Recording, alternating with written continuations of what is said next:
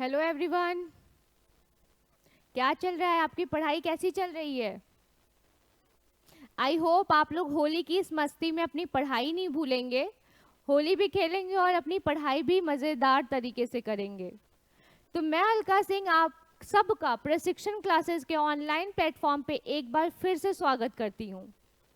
जैसा कि आप भी जानते हैं कि हम आपके लिए सुपर 30 बैच लेके आए हैं, तो मैं रोज रोज आपको ये रिमाइंड नहीं कराऊंगी। तो देखिए, हमने अपने लास्ट वीडियो में क्या देखा था? PYQ के जैविक इंजीनियरिंग से हमने क्वेश्चन सॉल्व किए थे। अब उसी में जो भी और इम्पॉर्टेंट क्वेश्चंस हैं जो कि एग्जाम्स में पूछे गए हैं, तो उसको मैं आज सॉल्व कराऊंगी और उसमें जो भी एक्सप्लेनेशन होगा, जो भी आपके लिए इम्पॉर्टेंट होगा, तो वो भी मैं आपको बताते हुए चलूंगी। तो चलिए अब स्टार्ट करते हैं अपना पहला क्वेश्चन। सांपों के विष के प्रभाव को कम करने के लिए दिया जाता है। It is given to reduce the effect of snake venom. बताइए क्या दिया जाता है? Ethyl alcohol, TAB, anti venom या ऑल ऑफ दीज? क्या दिया जाता है? तो देखिए, इसको दिया जाता है एंटी वेनम। अब एंटी वेनम है क्या? ये एक एंटीडोज होता है और ये बनता किससे है? ये सांपों के ही जहर से बनाया जाता है। लेकिन क्या पूरा सांप का ही जहर होता है? तो नहीं। इसमें क्या क्या होता है? इसमें होता है सांपों का जहर होता है, सांपों का जहर प्लस और क्या होता है? घोड़े का ब्लड प्लस भेड़ का खून, भेड़ का ब्लड। इन सब के योगदान से क्या बनता है? एंटीवेनम बनता है। अब ये एंटीवेनम करता क्या है? ये हमारी बॉडी में जब इंजेक्ट किया सॉरी जब हमारी बॉडी में ये इंजेक्ट किया जाता है तो हमारी बॉडी में एंटीबॉडीज डेवलप करता है और ये जहर के असर को कम करता है। ठीक है। अच्छा, कभी भी आपने सुना है ना कि जहर को जहर ही मारता है? कहावत तो सुनी होगी। तो वो इसीलिए बोली जाती है क्योंकि जो जहर की दवा है ना, वो जहर से ही बनाई जाती है, इसीलिए ऐसा बोला जाता है। तो सांप के विष के प्रभाव को कम करने के लिए क्या एंटी वेनम का यूज किया जाता है। और आजकल तो वेनम मूवी भी बहुत तेज चल रही है ना, हॉलीवुड की। देखा है कि नहीं आप लोगों ने? जरूर देखिएगा, बहुत ही मजेदार है। चलिए अगला क्वेश्चन देखते हैं क्या है कि टीकाकरण का जनक किसे माना जाता है? Who is considered the father of vaccination? अच्छा, ये मैंने पिछले क्वेश्चन में आपको सॉल्व कराया था, अगर आपको याद होगा तो, कि टीकाकरण का जनक किसे माना जाता है। आप बताइए, लीनियस, मेंडल, जेनर या फ्लेमिंग, किसको मानते हैं? तो मानते हैं हम लोग जेनर को। और मैंने आपको अच्छे से उस दिन बताया था कि हम लोग टीका का फादर किसको मानते हैं? जेनर को मानते हैं। अच्छा, ये बता दीजिए कि इन्होंने ये जो टीका है इसका मेन मोटिव क्या है और क्यों बनाया और कब किससे बनाया? पता है? क्योंकि मैंने उस टाइम पे एक्सप्लेन किया था, अगर आपने वो क्लासेस देखी होगी तो आपको ये याद होगा। गाय में क्या हुआ था? चिकन पॉक्स हुआ था। गाय में चिकन पॉक्स हुआ था और जिसके तहत क्या हुआ था? उसके ऊपर छाले पड़ गए थे गाय के ऊपर। तो उस छालों से उन्होंने मवाद को कलेक्ट किया और उसे क्या किया था? एज अ टीका, वैक्सीन के रूप में मनुष्य में चिकन पॉक्स, स्मॉल पॉक्स के इलाज के लिए उसका उपयोग किया था। ठीक है। किसके लिए? स्मॉल पॉक्स के यूज के लिए किया था। तो इसी के तहत उन्होंने टीके का खोज किया था। इसीलिए इन्हें कहते हैं कि इन्होंने टीका का खोज किया। कौन? जेनर ने। अच्छा, आप बताइए जरा कि ये टीका जो होता है ये क्या करता है? मैंने उस क्लास में शायद ये बताया था कि क्या करता है टीका। तो टीका जो हमारे WBC होते हैं ना, जो हमारी इम्यूनिटी सिस्टम को स्ट्रॉन्ग करते हैं, उसके अंदर WBC के अंदर जो ल्यूकोसाइट्स होता है उसको ये क्या करता है? ये ल्यूकोसाइट्स को क्या करता है? बढ़ाता है। और क्यों बढ़ाता है? क्योंकि ये भक्षण करता है। किसका भक्षण करता है? बाहर से आए हुए जर्म्स का और बैक्टीरिया का। ठीक है, वायरस का ये भक्षण करता है। इसीलिए हम लोग क्या करते हैं? ल्यूकोसाइट्स के स्तर को, एंटीबॉडीज जो बनता है वो बढ़ा देता है। और ये ल्यूकोसाइट्स उन सभी को किल करता है और हमारी इम्यूनिटी सिस्टम को स्ट्रॉन्ग करता है। तो टीकाकरण का मेन उद्देश्य यही था। ठीक है, चलिए अब आते हैं अगला क्वेश्चन देखते हैं। बायोडीजल तैयार किया जाता है। बायोडीजल इज प्रिपेयर्ड कैसे? जट्रोपा से, करंज से, सोयाबीन से, उपरोक्त सभी से। अच्छा, आप बायोडीजल का मतलब क्या समझते हैं? आपको क्या लगता है कि बायोडीजल क्या है? ये नॉर्मल डीजल जो पंप पे बिकता है, हाँ यही है बायोडीजल? नहीं, बायोडीजल ये नहीं है। बायोडीजल जीवों से उत्पन्न होने वाले डीजल को क्या कहते हैं? बायोडीजल कहते हैं। जैसे कि कभी कभी पौधों के जो बीज होते हैं उनसे बायोडीजल बनाया जाता है। और कैसे बनाया जाता है? बायोडीजल में C15 होता है और प्लस सल्फर की मात्रा होती है, सल्फर के यौगिक होते हैं बायोडीजल में। और इनका उत्पादन कहाँ से होता है? कैसे? बायो कंपोनेंट, मतलब जैविक कंपोनेंट से होता है। इसीलिए देखिए बायोडीजल, फॉसिल फ्यूल कहाँ से आते हैं? फॉसिल फ्यूल कहाँ से आता है? फॉसिल फ्यूल आपका इसी बायोडीजल की तरह ही जैविक पदार्थों से तैयार होता है। जब कोई एनिमल मर जाता है और वो क्या बन जाता है? फॉसिल बन जाता है, जीवाश्म बन जाता है। तो उससे हम लोग क्या तैयार करते हैं? आपका डीजल बनाते हैं। और उसमें क्या क्या कंपोनेंट पाया जाता है? C15, कार्बन 15 और सल्फर के यौगिक होते हैं। ठीक है, तो इसमें जट्रोपा, करंज और सोयाबीन तीनों ही बायोडीजल के रूप में यूज किए जाते हैं। ठीक है, तो इसका राइट आंसर क्या होगा? D, all of these. Okay, चलिए अगला क्वेश्चन देखते हैं क्या है। बायोगैस में मीथेन की मात्रा होती है। अभी हमने बात की बायोडीजल की, अब बात कर रहे हैं बायोगैस की। और हमारा टॉपिक भी है बायो इंजीनियरिंग। तो क्यों ऐसा क्यों? देखिए, हम सब जानते हैं कि पोल्यूशन की वजह से ना ग्रीन हाउस गैसेज इतना रिलीज हो रही हैं जिससे हमारा एनवायरनमेंट बुरी तरह से डैमेज हो रहा है। और बहुत सारी ऐसी बीमारियां हैं जैसे कि कैंसर हो गया, स्किन कैंसर, ये सब बहुत ही तेजी से फैल रहा है लोगों में। अभी चाहे वो कोरोना वायरस, जो कि वायरस से, लेकिन गंदगी से ही तो फैल रहा है ये सब कुछ। तो उसके लिए हमारी जो गवर्नमेंट है या हम सब मनुष्य क्या सोच रहे हैं कि सब कुछ ऑर्गेनिक हो जिसके नुकसान बहुत ही कम हो। इसीलिए हम लोग सब कुछ जैविक चीज़ों की तरफ लेके जा रहे हैं।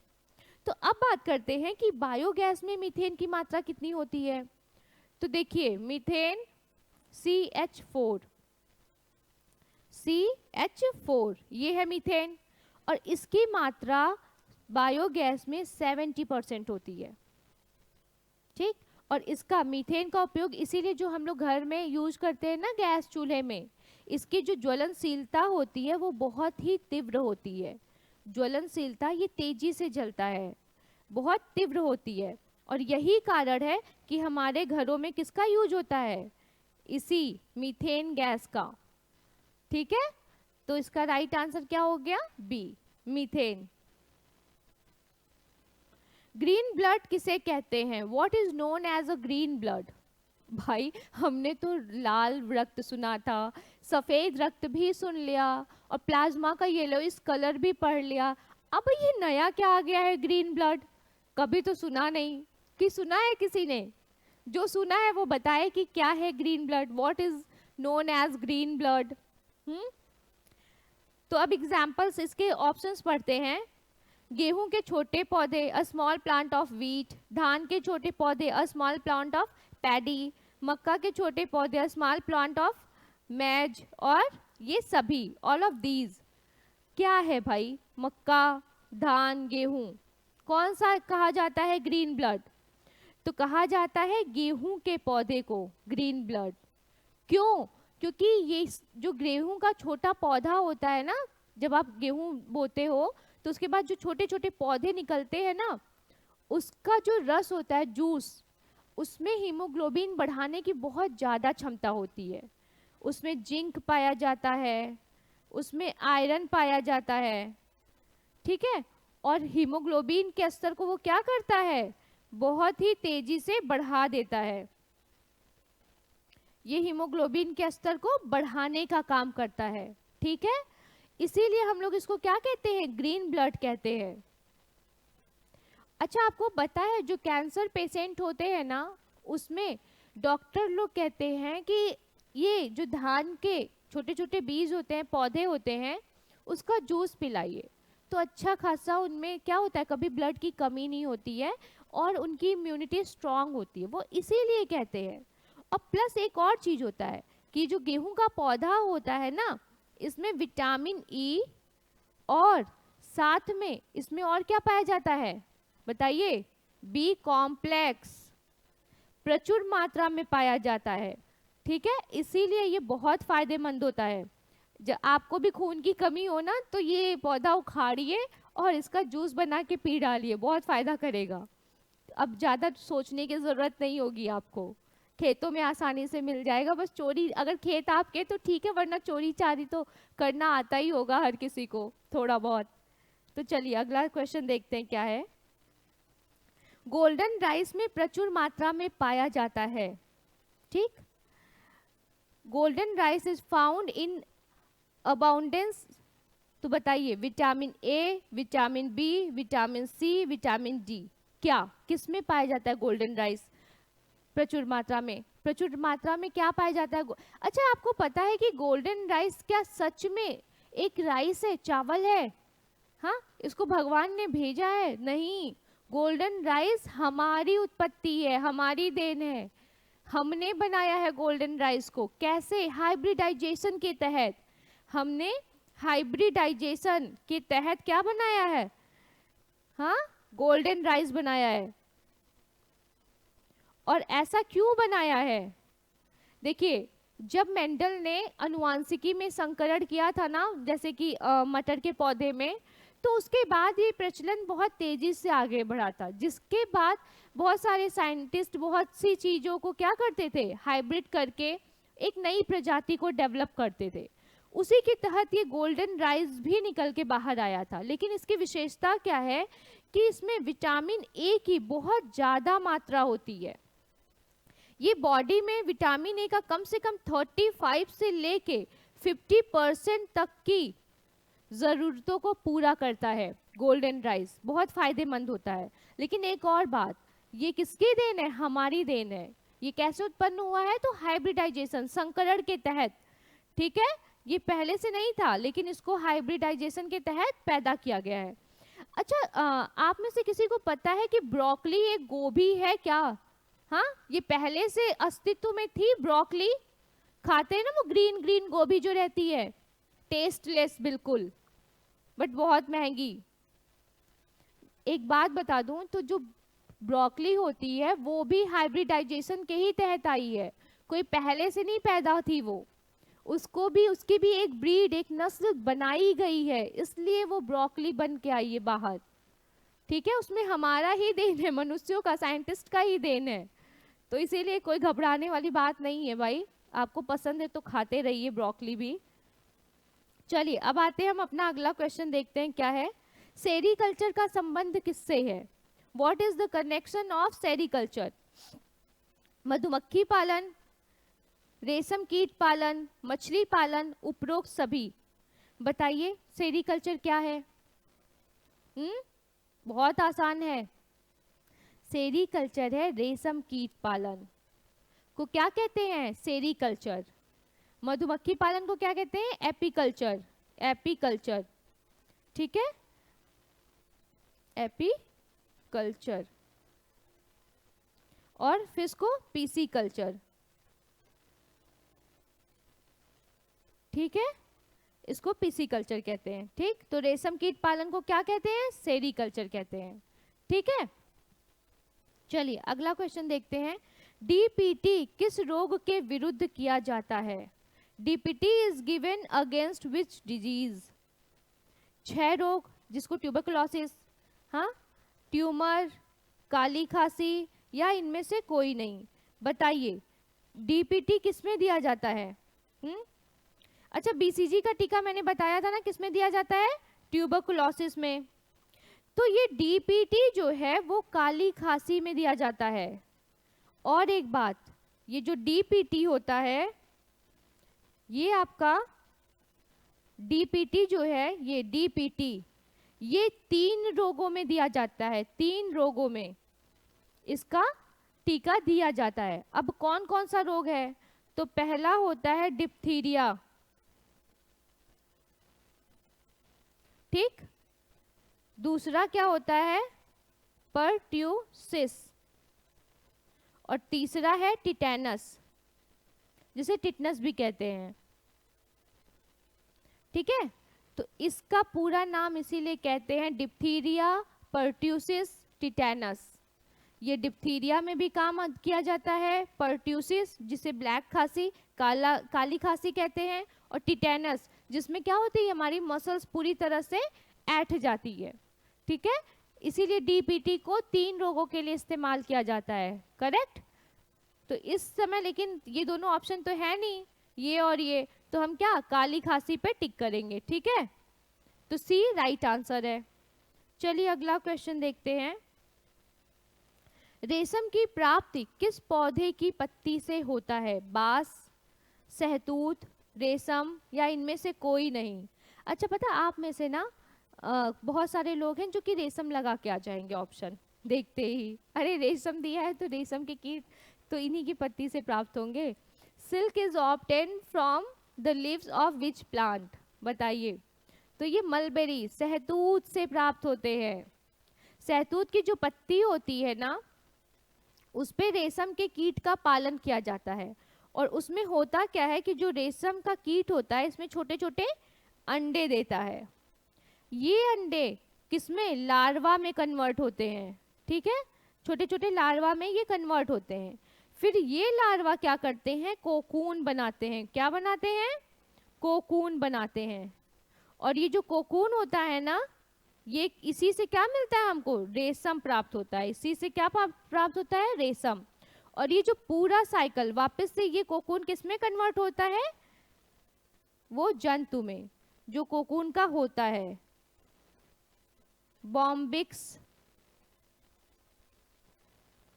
आपका सहतूत पे पाया जाने वाला कीट है, कीड़ा, ठीक है। ये किस में पाया जाता है? ये सहतूत की पत्तियों पर पाया जाता है। बॉम्बिक्स नाम है इसका। ये पहले क्या करता है? ये अंडे देता है पत्तियों पर, फिर उससे लार्वा बनता है, फिर कोकून बनता है। इस कोकून से फिर रेशम निकाला जाता है, ठीक है। ये होता है। फिर बाद में वापस से बॉम्बिक्स कन्वर्ट हो जाता है अपनी नए रूप में। अब चलिए बात कर, ये तो बात हो गई। अब इसकी जो साइकिल होती है वो कितने दिन की होती है? तो वो आपकी होती है 40 to 45 डेज की होती है। कितने दिन की होती है? 40 से 45 दिन की होती है, ठीक है। अच्छा, आप बता सकते हैं कि भारत में किस किस राज्यों में जो है, या एक आध दो का भी नाम, जहाँ पे रेशम पालन होता है? तो देखिए, कर्नाटका में होता है, तमिलनाडु में होता है, आंध्र प्रदेश में होता है, पश्चिम बंगाल में होता है, कश्मीर में होता है, ठीक है। कश्मीर में होता है, यहाँ पे रेशम का पालन होता है, रेशम कीट पालन किया जाता है। चलिए अब आते हम लोग अगला क्वेश्चन देखते हैं। मधुमक्खी समाज में कितनी महिला होती हैं? बताइए। How many women are there in the B society? 1, 2, 8 या 1000? देखिए, जैसे ये मधुमक्खी का छत्ता मैं बना रही हूँ, शायद अच्छा ना बने। इसमें ऐसे छोटे छोटे आपने देखा होगा कि ब्लॉक होते हैं, ठीक है। अब आपको बता दूं कि जो एक मधुमक्खी होती है ना, उसका जो छत्ता रहता है ना बड़ा वाला, उसमें कम से कम 50,000 मधुमक्खी होती है छोटी छोटी, जिसमें से सिर्फ और सिर्फ एक रानी मधुमक्खी होती है जो कि फर्टिलिटी को शो करती है। वो फर्टाइल होती है ना, बच्चे पैदा कर सकती है, ठीक है। तो वो उसकी संख्या कितनी होती है? 1। लेकिन अभी वीडियो को आगे मत बढ़ा दीजिएगा, इसमें आपको बहुत सारे इंपॉर्टेंट क्वेश्चन निकल के आएंगे जो मैं आपको बताने जा रही हूँ। और इसमें जो बचे बाकी होते हैं ना, वो सब नर होते हैं। लेकिन सिर्फ नर ही नहीं होते, साथ में कुछ मादाएं लेबर भी होती हैं, वर्कर जिसको कहते हैं, ठीक है। बाकी की जो होते हैं नर होते हैं, और प्लस मादा होती है जो कि इनफर्टाइल होती है, वो बच्चे पैदा नहीं कर सकती, तो उसका काम क्या होता है? तो वो वर्कर की तरह काम करती है। और उसका वर्कर में उसका काम क्या होता है? तो उसका काम होता है वैक्स से, मोम से इस छत्ते को बनाना, मोम से छत्ते का निर्माण करना। कभी कभी पूछा भी जाता है कि जो लेबर वर्कर होती है उनका काम क्या होता है? तो उनका काम यही होता है, वो क्या करती हैं? छत्ता बनाती हैं। और जो छत्ता होता है ना मधुमक्खी का, वो मोम का बना होता है, लेकिन उसमें पाया क्या जाता है? उसमें शहद होता है, ठीक है। और पूरे छत्ते में सिर्फ एक ही रानी रहती है जो कि बच्चे पैदा करती है, और इस छत्ते में उसके बहुत सारे बच्चे होते हैं। ऐसा नहीं कि एक ही दो बच्चे होते हैं, तो बहुत बच्चे होते हैं, ठीक है। तो इसका राइट आंसर क्या होगा? 1, ठीक। चलिए अब देखते हैं अगला क्वेश्चन क्या है। किसान का मित्र किसे कहा जाता है और क्यों? बताइए। अरे ये बहुत ही कॉमन क्वेश्चन है, बहुत ज़्यादा। बचपन से अगर आप किसी किसान के घर पैदा हुए होंगे ना, तो आपको ये चीज़ें पता होगी कि किसको कहा जाता है किसान का मित्र। Who is called the farmer's friend? मधुमक्खी, केचुआ, ट्रैक्टर और इनमें से कोई नहीं। तो बताइए, केचुआ सही है क्या? और क्यों? क्यों कहा जाता है? क्योंकि जो केचुआ होता है ना, वो मिट्टी से कचड़े गंदे पदार्थों को खाता है, और फिर जो एक्सक्रीट करता है उससे क्या रिंग की तरह ऐसे ऐसे एक्सक्रीट करता है ना, और वो क्या होता है? वो खाद होता है। बहुत ही पोषक तत्व होते हैं उसमें, उसमें प्रचुर मात्रा में पोषक पदार्थ होते हैं जो कि खेतों के लिए बहुत ही लाभदायक होता है। इसीलिए हम लोग केचुआ को क्या कहते हैं? किसान का मित्र। कभी कभी तो गांव में आप देखेंगे ना, बहुत सारे किसान जो होते हैं वो केचुआ का पालन भी करते हैं। किसके लिए? खाद बनाने के लिए। और एक और बात, ये जो केचुआ का खाद होता है ना, वो आपका 5-6 रुपए किलो के रूप में मिल जाता है आराम से मार्केट में। अब तो शायद ये चीज़ें बहुत बड़े पैमाने पे होने लगी हैं, छोटे छोटे गांवों और खेतों में कम हो गया है, वरना पहले तो गांव में किसान लोग भी ये करते थे, खेतों के लिए केचुआ से खाद बनाते थे, ठीक है। तो चलिए आइए अगला क्वेश्चन देखते हैं क्या है। मधुमक्खी की भाषा क्या है? गंध? क्या स्मेल है उसकी लैंग्वेज? हाँ, नृत्य, खेल, सभी? अच्छा, कभी किसी मधुमक्खी को कान या आसपास भन बनाते हुए सुना है? हाँ, वो भन बनाते नहीं है, मुंह से नहीं भन बनाते हैं, वो डांस करते हैं अपने से फीदर को ऐसे ऐसे ऐसे करके। क्या करते हैं वो? फड़फड़ फड़फड़ जब उड़ाते हैं तो वो आवाज भन भन भन भन करके आती है, तो वो डांस करके बोलते हैं, इंडिकेशन देते हैं। जैसे उन्हें कोई सुंदर फूल दिख गया जहाँ पे उनको शहद मिल रहा है या रस मिल रहा है, तो वो उस फूल के पास जाके भनभनाने लगते हैं। क्यों? वो बुलाते हैं कि आओ भाई, यहाँ पे भोजन है बहुत ही ज़्यादा, आओ चलो अटैक करते हैं, खाते हैं। तो उनका जो मेन मोटिव भाषा का जो है वो क्या है? आपका नृत्य, डांस करके वो अपनी भाषा को व्यक्त करते हैं, ठीक है। चलिए अब आते हैं अगला क्वेश्चन, देखते हैं क्या है इसका। क्या कौन सा आंसर सही है? बी। विश्व में लगभग 250 लाख बच्चों को प्रभावित करने वाली विटामिन ए हीनता से लड़ने की क्षमता वाले गोल्डन राइस की प्रमुख उपयोगिता उसके दाने में जिसकी प्रचुरता के कारण होती है। यहाँ बेसिकली ये पूछ रहा है, इतना घुमा फिरा के क्वेश्चन दे देते हैं कि बच्चे कंफ्यूज हो जाते हैं। बेसिकली इसमें ये पूछ रहा है कि गोल्डन राइस में ऐसी कौन सी मात्रा होती है, किसकी प्रचुरता होती है जिससे कि विटामिन ए की जो कमी है उसको पूरा किया जा सके। बताइए, beta carotene, thiamine, ascorbic acid या कैल्सीफेरॉल? इसमें ऐसा क्या होता है? तो इसमें होता है बीटा कैरोटीन। ये बीटा कैरोटीन क्या हो करता है पता है? ये रेटिनॉल, रेटिनॉल किसका साइंटिफिक नेम है? विटामिन ए का, रेटिनॉल, ठीक। ये क्या करता है? ये जो है कन्वर्ट हो जाता है किसमें? विटामिन ए में, बीटा कैरोटीन।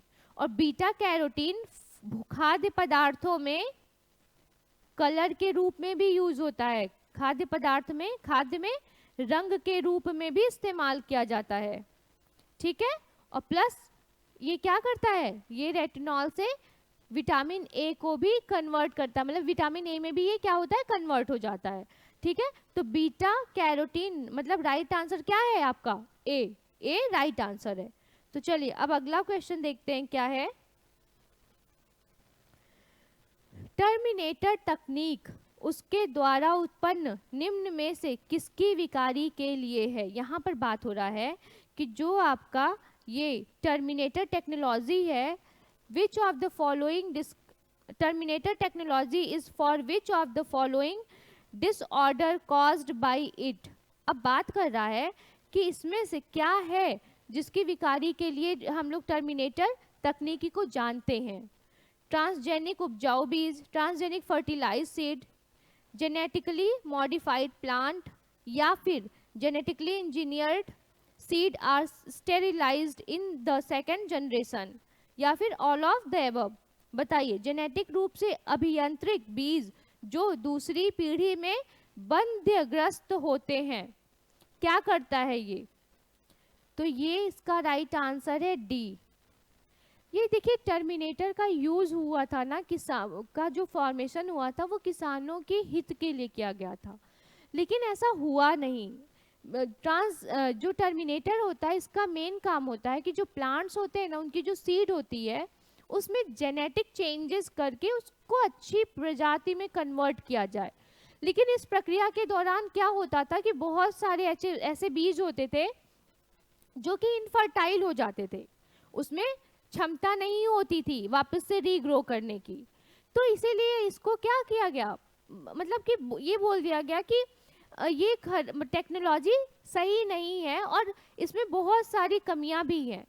और एक बात और, जो इससे टर्मिनेटर से जो बीज बनते हैं ना, उसको बेचा नहीं जा रहा है, अभी सरकार उसको नहीं बेच रही है, क्योंकि वो पता नहीं कौन सा बीज फर्टाइल है कौन सा नॉन फर्टाइल है, तो इसलिए पता नहीं रहता है। अब इसलिए हम लोग क्या करते हैं, ये ऑप्शन डी इसका करेक्ट आंसर है कि ये क्या करता है, ट्रांसजेनिक उपजाऊ बीज, जीन परिवर्तित पौधे और जेनेटिक रूप से अभियंत्रित बीज जो दूसरी पीढ़ी में बंध्यग्रस्त होते हैं। मतलब कि ये क्या करता है कि जो जीन्स होते हैं ना उसको खराब कर देता है अगली पीढ़ी में, ठीक है। और प्लस ये इनफर्टिलिटी को बढ़ावा दे रहा है प्लांट्स में, इसीलिए इस तकनीकी का ज़्यादा उपयोग नहीं किया जाता। तो आज का बस इतना ही रहा। आप सब अच्छे से पढ़िए, ध्यान से पढ़िए, मन लगा के पढ़िए और अपने अपने जो भी आपका गोल है उसमें कामयाबी आपको मिले। चलिए आज के लिए बस इतना ही। Thank you so much.